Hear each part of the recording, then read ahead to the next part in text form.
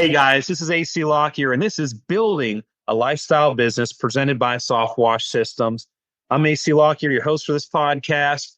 And this week we're talking to somebody that's a little skunkish, a little smelly, a little got a little saying for his company. If it's covered in funk, then just call the skunk. Of course, we're talking about Jim Prom with Spray Away Soft Wash. Jim Prom has been with us here at SoftWash Systems for many, many, many years. Even before he was cleaning, he was identifying as being with us and just hanging out. It's been a great, great team member and family member, and just been with us a very long time and near and dear to our hearts. But anyhow, welcome, Jim, to the podcast. Well, thank you. I appreciate it. Yeah. And so, I always ask people, I've got 6 questions that we go over. And I think these 6 questions really, really guide us on the point we're trying to make here, which is building a business that isn't going to drive you crazy. Remember that John Mellencamp song? I need a lover that won't drive me crazy. And so I need a business that won't drive me crazy sometimes. You know what I'm saying? And Right. so we get into building these businesses and we build these things that take over our lives and drive us crazy and give us stress and make us get gray hair. It looks like you and I are losing that battle. And so you start to realize after a while, we don't want to put the cart before the horse. The end game should shape or form this thing that we're creating. And that's really what we want to talk about here. But why don't you kick us off by telling us about, not necessarily about your business. I mean, tell us where Spray Away Soft Wash is and everything else, but delve into who you are and your family and your heritage, and who is Jim Prom, who is Lisa Prom, and God has put you on this earth, and what do you guys do and what do you enjoy? Right. Yeah, there's a lot there. I am Jim Prom. We're in southern Minnesota, close to Mankato, and we're actually looking at adding a branch in South Carolina as well. I'm married to Lisa. We've been married for, this is going to be a good one, 38 years. Wow. So, yeah, that's impressive. I don't know how that's possible because I'm only 38 to start with. So, weird. You were we have betrothed or something, Right. We have 2 adult children, Ashley and Christopher, and then we have 3 grandchildren. Lydia is going to be 14, or is 14. Holy smokes. And our twin grandsons, Jackson and Uriah, are 10. So, and what we do is, in the Midwest, you do a lot of family stuff, family activities, fishing, outdoor stuff. So we really try to spend as much time as we can with our grandkids. That's our why, I guess. Whatever we do is to leave a legacy for our kids and our grandchildren. Yep. I've seen lots of those pictures. You guys run around your 5th wheel and doing lots of family time. You can always kind of tell a lot about a person by what their social media stream looks like, what their Facebook page looks like. And you can tell if they love their wife or they love their grandkids and how much family time they spend. So it's very evident on your Facebook profile what's important to you guys. Yeah, I always tell people that you can have fallouts in your family with parents, brothers, sisters, whatever, but your children and your grandchildren are really what we should be focusing on, because that's what's really important. They're the number one products you will ever turn out. Yes. Yeah. So, I've known you a long time and I know a little bit about your history, but why don't you talk about, because you've been self-employed a long time. You've also worked for other people. But tell me about your entrepreneurial journey, your heritage, the things that you've done, up until the point that you came into soft washing with SoftWash Systems. Let's save that for later, but tell us about this entrepreneurial journey and really why you wanted to be an entrepreneur. Yeah. I think my grandfather was an entrepreneur. He was a cobbler, owned a shoe shop. So I just kind of liked what I thought was the freedom that he had. He worked a lot for a little bit, but he had a lot of family time. So I guess I kind of wanted that. I started building homes in 1986 on Hilton Head Island in South Carolina. Wow. The economy was kind of weird in the middle of the late 80s, and there wasn't a lot of work. So my father-in-law said, hey, come down to South Carolina and you'll get a job the same day you get here. he wasn't kidding. I made a phone call the day I got there, called a construction company, and they said, "Where are you from?" I said, "Minnesota." They said, "You're hired." So, Because they knew you had that Midwest sensibility and work ethic. right. Tom was from Michigan, and a couple of his guys were from Michigan, and they just liked the work ethic of the Midwest. So I had a job.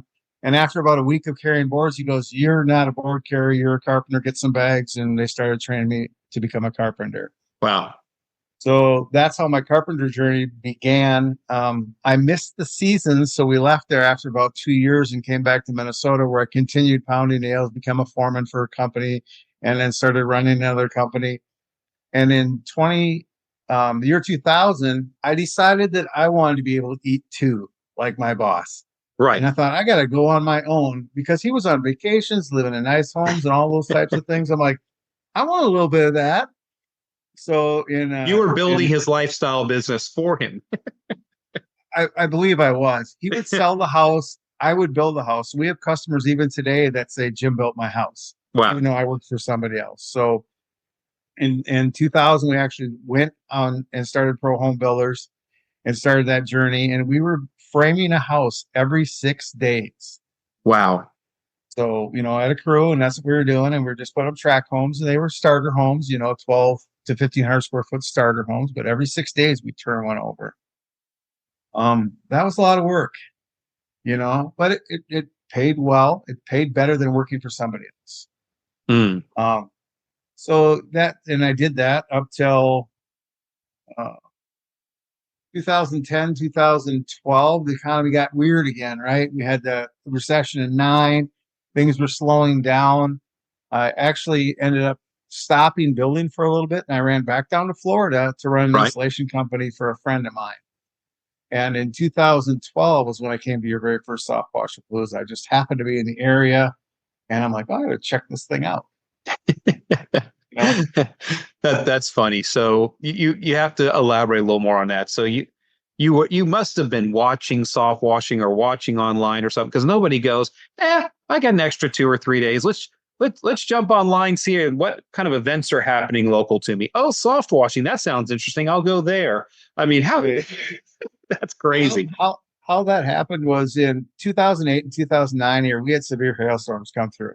Yeah. And like everybody in our area, 100,000 homes all got new roofs, except the ones that had trees all the way around them. They had black roofs, and the trees protected them. So I'm like, what's going on? What's that black stuff? So I Google, black stuff on roofs, and guess what I found? Your video on YouTube. Yeah. So this was in 2009 when I saw that. And I put it in the back of my head, talked to my roofers, hey, we should look into this, but nothing ever came of it.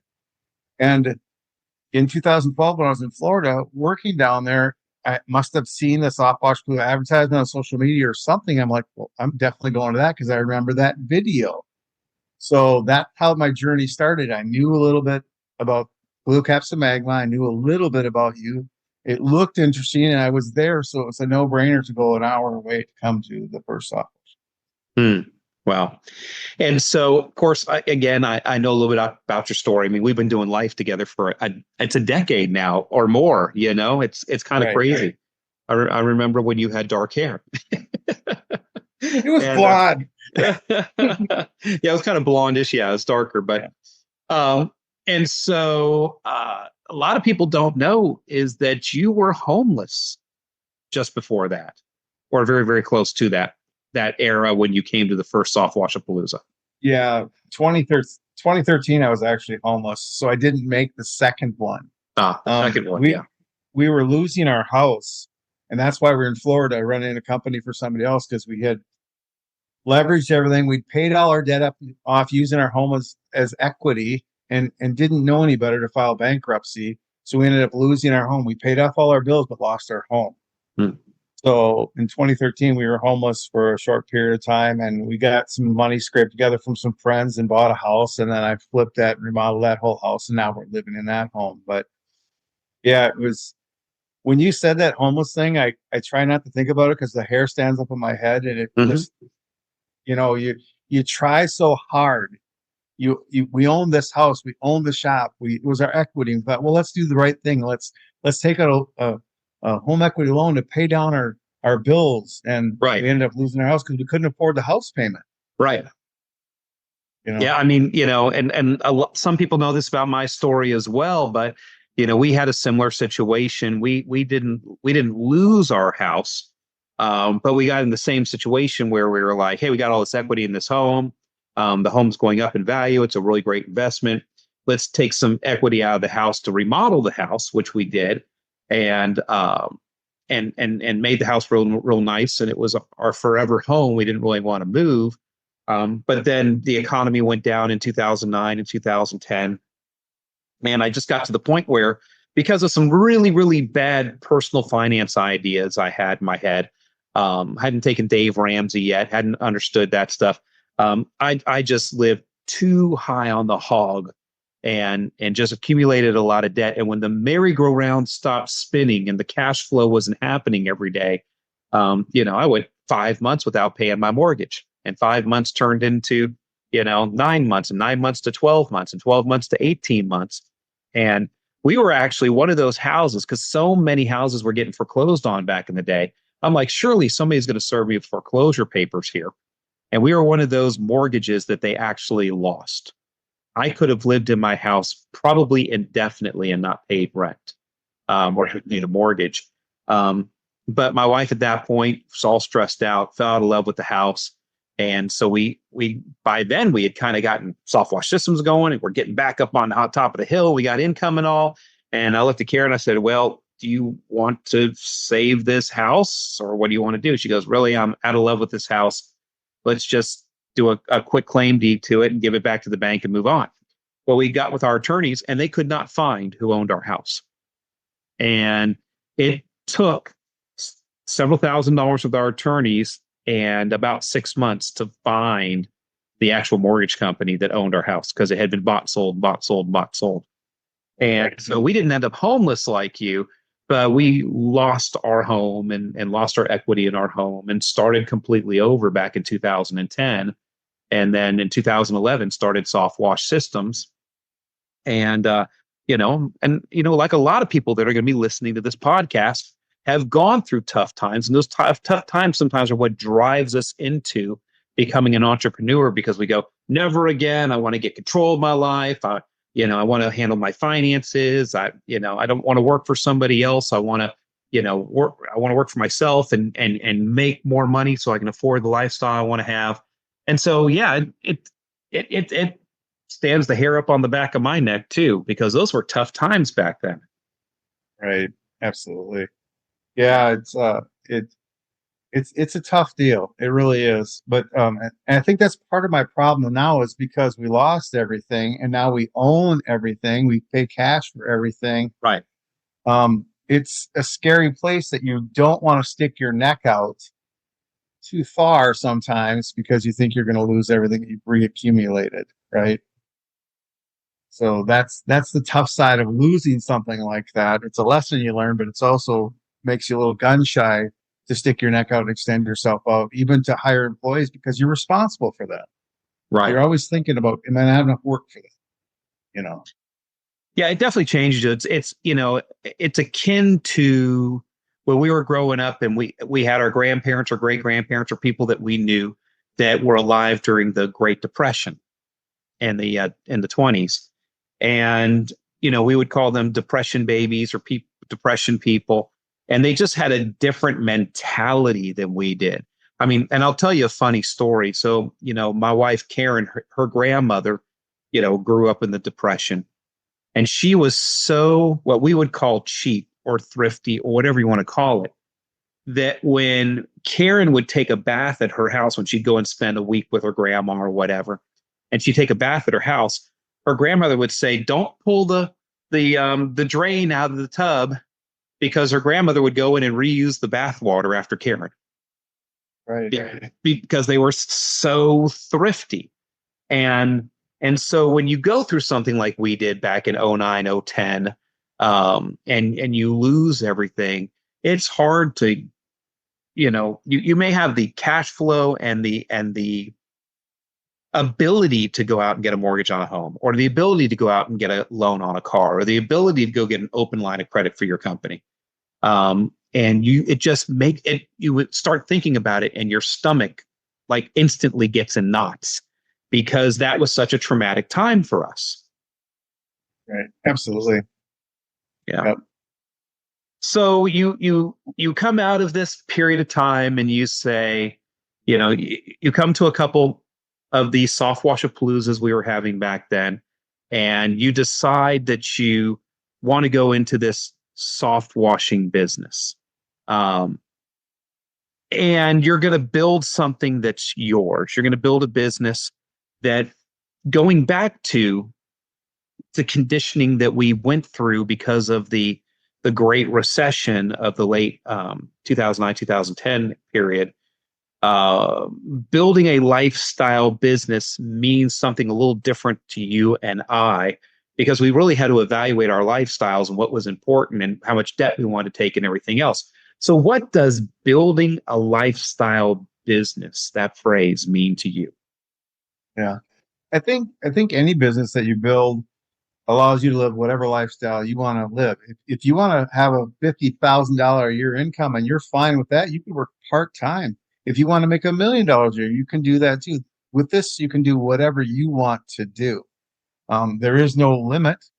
If someone wants to have a side hustle and do it on the side with their other job and keep their medical benefits or whatever, they can do that as well. For us, we live pretty lean. We live on a few $1,000s a month, so it doesn't take much for us because we own everything, own the houses, own the warehouses, own Right. everything.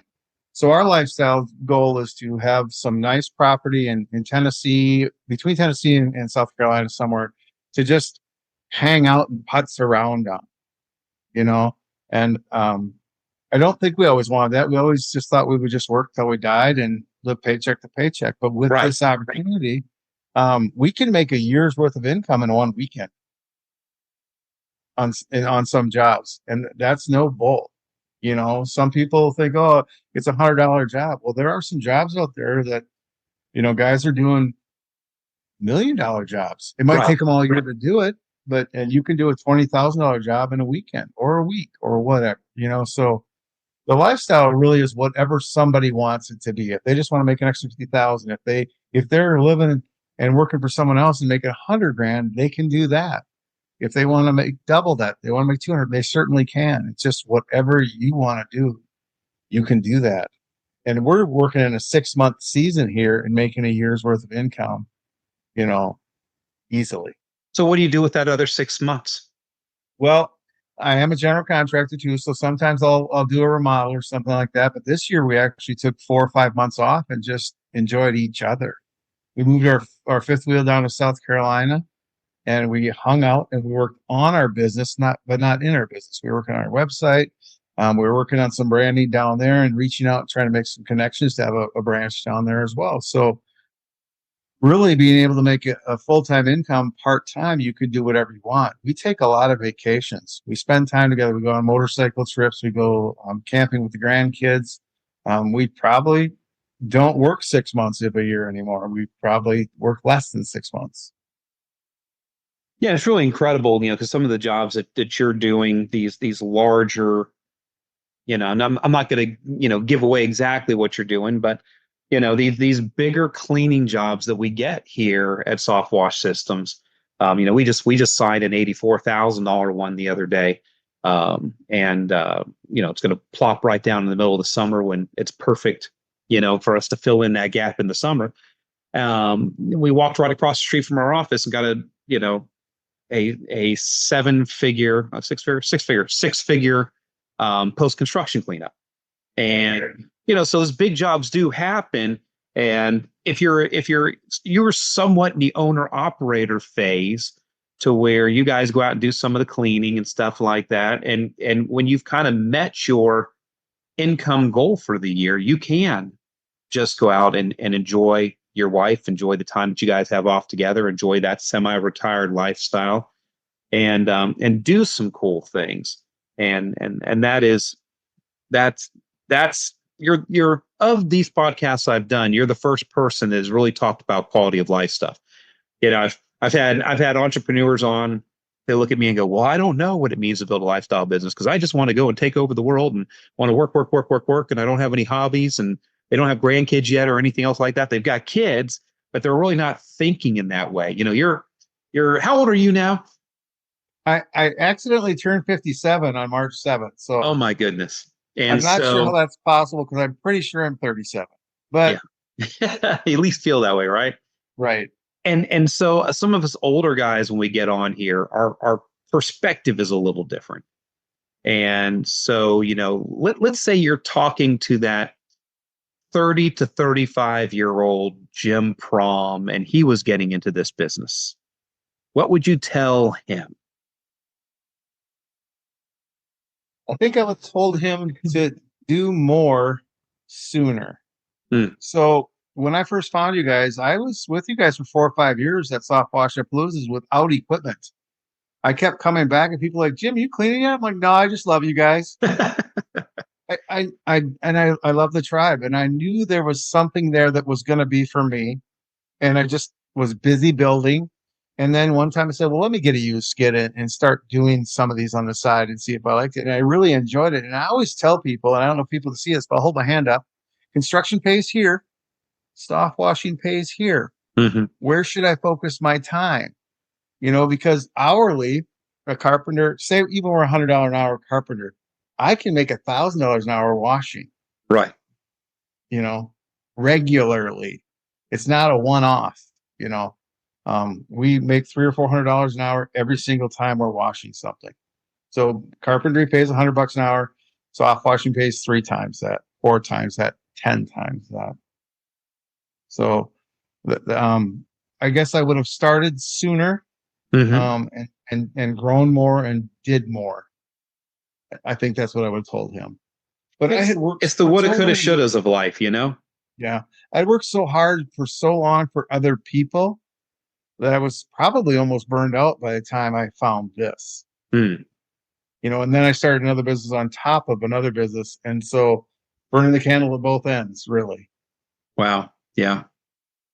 Well, I know it is hard for you from time to time because you've got so many customers that you build so many houses that they do call you frequently and need a bathroom remodel or a kitchen remodel, and you have a hard time telling them no, but you do enjoy it. Yeah, absolutely. I love it. I mean, there's not really any more challenges anymore. We've kind of done everything because we built from the starter home to the multi-million-dollar homes and everything in between. And I love turning a pile of materials into something, but there's not really a challenge anymore for that. And really with this, there is still a challenge because figuring out the pricing and the sales, it's all a process. It's kind of a fun dance to do, um, with different people, Hmm. homeowners and property managers and whatever. Yeah. So it's a little bit more fun when you're doing a bathroom model. You just go in and say, "Yep, it's 10 grand. You want to do it or not?" Whereas this is a little different. You know, It is for sure. So, you could have done anything. You could have done another variant out of construction. You certainly could have gone to a kitchen and bath showroom and sold appliances and kitchen and bath remodels and, gone to one of those places. There's a lot of things you could have done, but somehow you got attracted to cleaning. And not a lot of people end up in cleaning. It's not a very admirable industry. A lot of times when people find out that you're pressure washing or cleaning the outside of homes, they're like, "Oh, well, that's nice. So what are you going to do when the economy turns around?" right? You're like in purgatory or something. If you're in the cleaning business, what did you do to get put in timeout and go to the cleaning industry? When your factory calls you back, you got to go back to work kind of a mentality. Right. What drew you to cleaning? I mean, why are you here?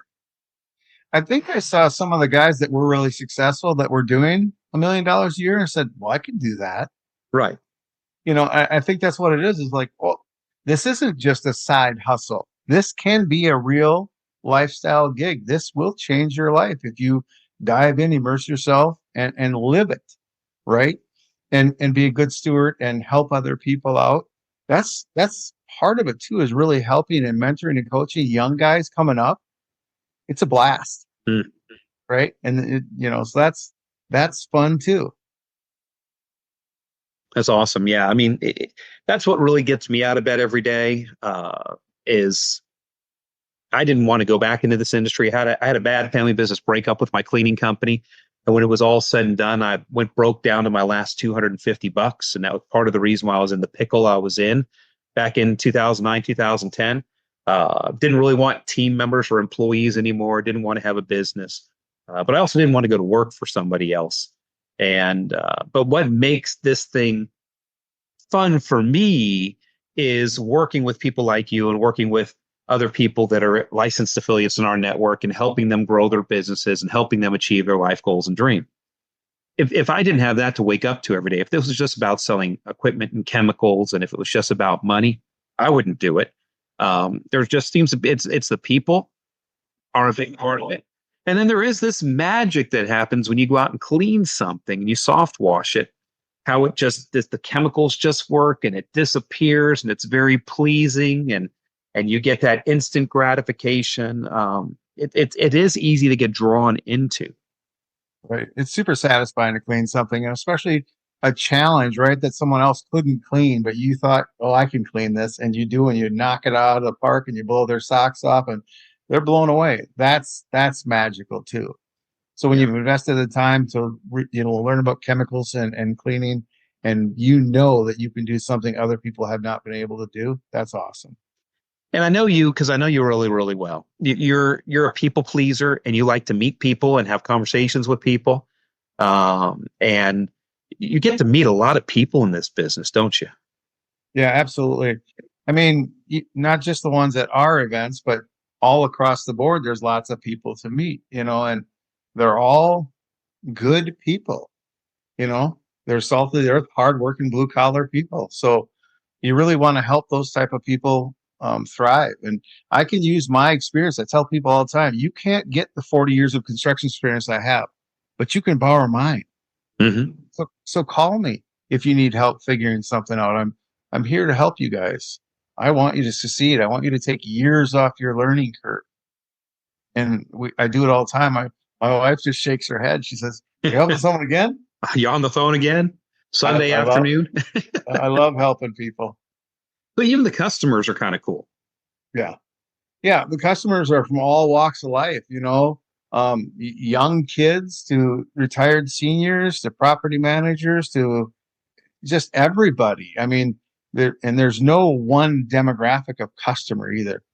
So that's really cool. You're meeting all kinds of different people all the time with Yeah. different challenges. So we did talk a little bit about why or how you found SoftWash Systems, and we went into that earlier in the call. But why did you grasp hold of SoftWash Systems and become a licensed affiliate? There's other opportunities out there to go into the cleaning industry, and there's even other people that are doing something similar to us. Why SoftWash Systems? Well, I think I said that before, is that I really bought into you, your vision, and the tribe and the love that everyone had for each other. Now, there's not a lot of us still around that were around at the very first one, but I still talk to those guys Right. all the time, and so that was the thing that attracted me to you and SoftWash Systems is the people, the camaraderie, the love everyone had for each other, the willingness to help each other out. When you go on different forums and boards, people aren't helping each other out. There's actually people trying to hurt people. Right. Disinformation. Yeah. Disinformation. They're trying to actually hurt someone because they don't want them competing with them. And it's not like that here. We all share and help and give because we want people to succeed. Hmm. So what are some of the tools and resources that you've enjoyed at SoftWash Systems? Well, the equipment's great. The chemicals are great. But your LMS, your online portal has got hundreds and hundreds of classes and documents that can take someone from zero to run a complete business in a week or a year at whatever pace they want to accelerate. Yes. They can Self-paced. dive in. Self-paced. They can learn as fast or as slow as they want to, and they can reach out for help. So that's really cool that we've got a network, we've got an online presence, we've got all this education that anyone can dive into and get whatever they need. And then, with Howard Partridge too, I use his tools and yours tools side by side to build Hmm. my business. So there isn't any other tool I would ever need that you and Howard don't provide. Yeah, and of course, Howard Partridge, that's the phenomenal coaching organization. They're one of our partner companies that we have. And, one of your peers, Jim McDonough, who's a soft washer, he's become a coach in that organization and is helping other people and has actually purchased one of Howard's franchises, coaching franchises. But it's a great organization because none of us get here on our own. You know, I mean, you can say you're a self-made man or a self-made woman, but the bottom line is we've all got mentors, we've all got coaches, we've all got people that have pitched opportunities our way or blessed us and everything. And and those resources, when you're able to dovetail all the stuff that SoftWash Systems has in with the Howard Partridge phenomenal coaching organization, it's a I wouldn't say lethal combination. It's that 1-2 punch to Right. success for sure. But it does help people out because you need certain documentation for when you're hiring, when you're firing, when you're disciplining people. It's all in there. You need a safety manual. It's there. For 20 years in my construction company, I didn't have all the tools I needed. We just built and got paid. Right. We weren't running contracts the way we were supposed to. We weren't doing all the legal things we were supposed to because we didn't know any better. Here, there's no excuse because everything's available for you. And if it's not, guess what? They'll develop it and get it out there for you. Yeah, on the podcast we did last week, I was talking to Jared Reeves, and we were talking about just that. That it was like, man, we had everything there, and he asked me, he said, how many years did it take you to develop that? And I said, how many years did it take me to develop it? We're still developing it. We're still adding to it. We're still learning new stuff. So we're 33 years in now. Getting ready. This October will be 34 years of developing this business called soft washing with SoftWash Systems. And like you said, if the resource isn't there, all you have to do is call your Shield support agent and say, hey, it would be nice if you guys had X. It goes on a list. We have a real list. And every once in a while I jump in there and I develop some of that stuff. If it's not needed immediately, I'll pick and choose and go through and develop things at will. And sometimes if it's an immediate need, I'll stop everything I'm doing and develop the business system or develop the checklist or help with a proposal letter or whatever to make sure that gets in there. Shoot a little at the bench video. I've got 6 at the bench videos that I'm reporting next week that they've put on my schedule. And so we're continuously upgrading and evolving this system, and it never stops. It never stops. Right.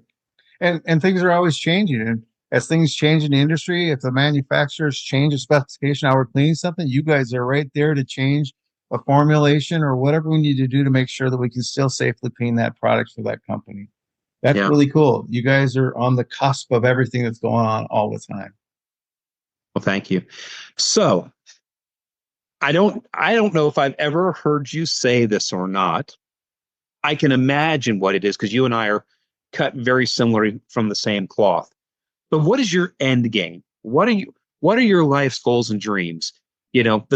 For guys like you and I, the sunset is a little closer than the sunrise right now. You know what I'm saying? And we're walking off into the sunset and we're looking at these retirement years and how much strength do we still have in our hands? How many years do we have left that we can do this thing? And then what's going to come down the road? What is this end game? What is the life that Jim Prom's trying to have? Tell us about where this is going now, this lifestyle business. I think Lisa and I's lifestyle is buying some acreage in the woods and being able to just relax. We love to 4-wheel. We love to sit by the fire. We love to camp. So I don't think we'll build a house. We might live in our 5th wheel on some acreage somewhere, 50 to 100 acres. That's our end game.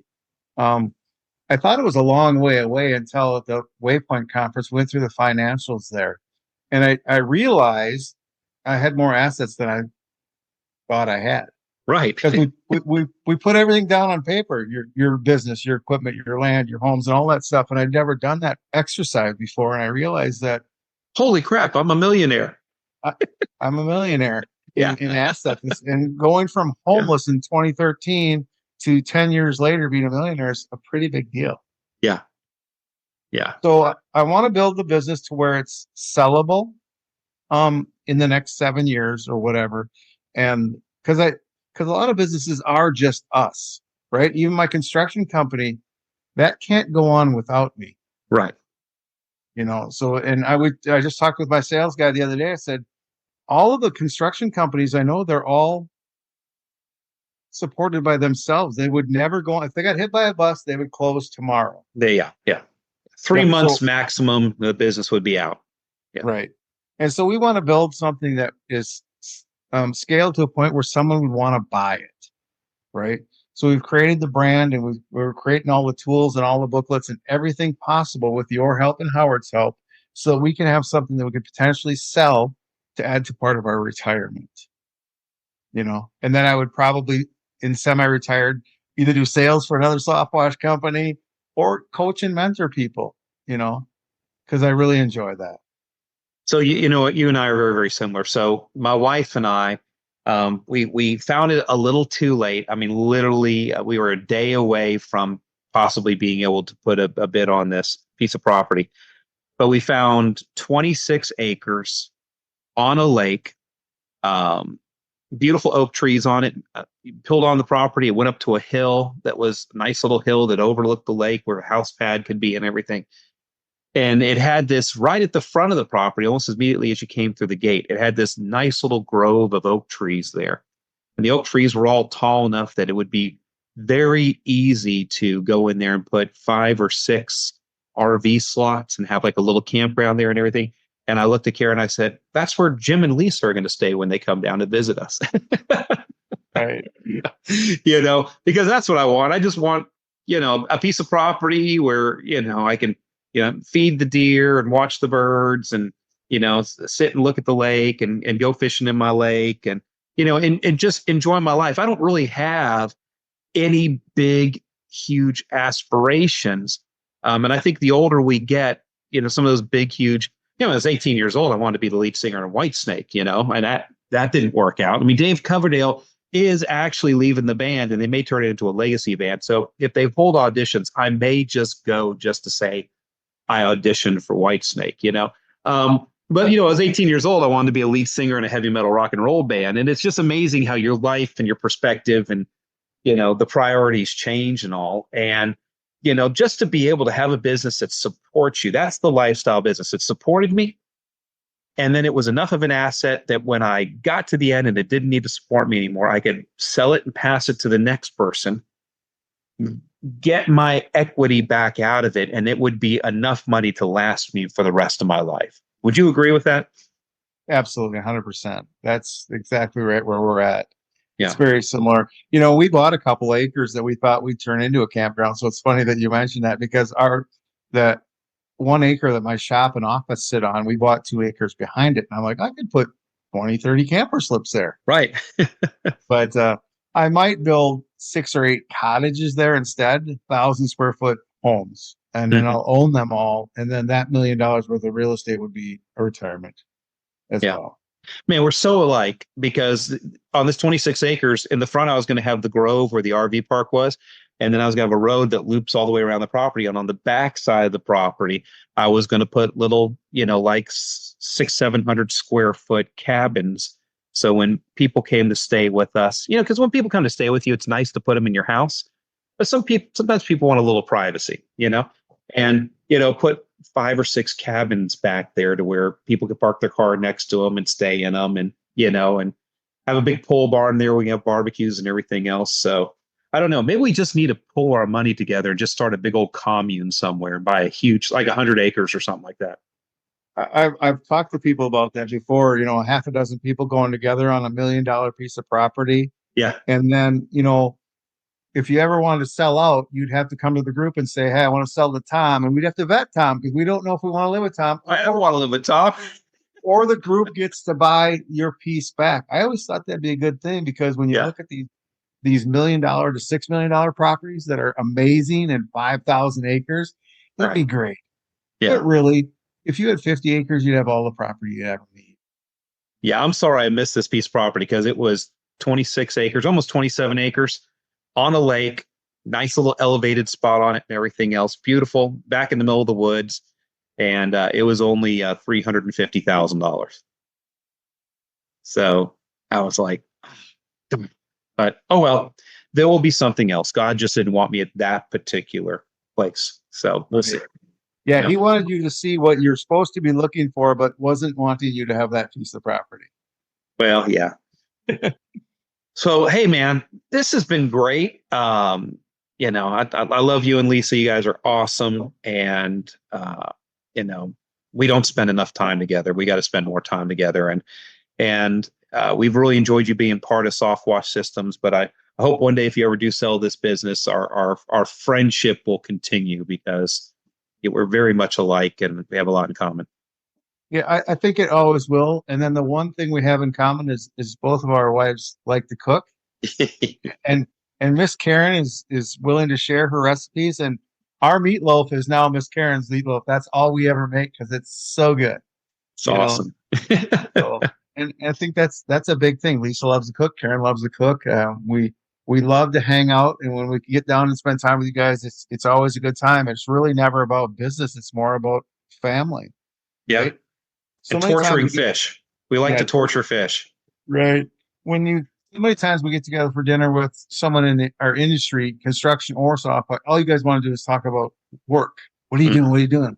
And it's really nice. We can just sit down and talk about family and relationships and goals and food.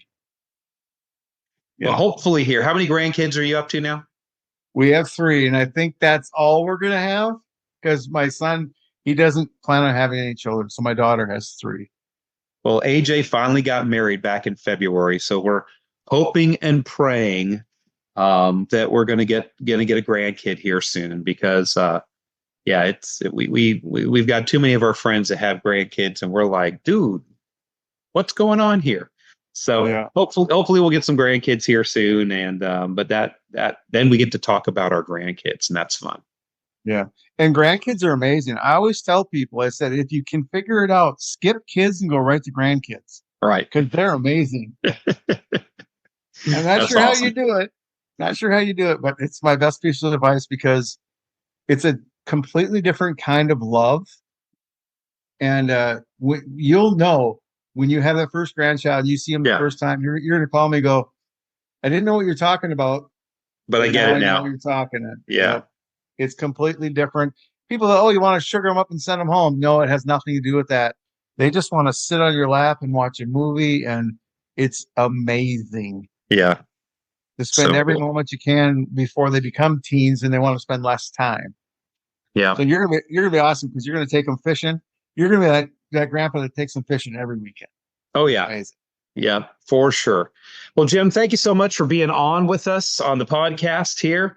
And we appreciate you guys so much. And hey, listen, guys, make sure that you like us, you share us, you go ahead and like our YouTube channel, our different podcast channel, and make sure that you subscribe so that you can get these every week. We release 48 of these a year, and it's always going to be a different story with somebody else that's talking about their lifestyle business and how they got there, just like Jim here. Hey, thanks, Jim. I appreciate it. Thanks for spending time with me. All right, guys. And as always, I'm AC Lockyer with SoftWash Systems. Go forth and prosper.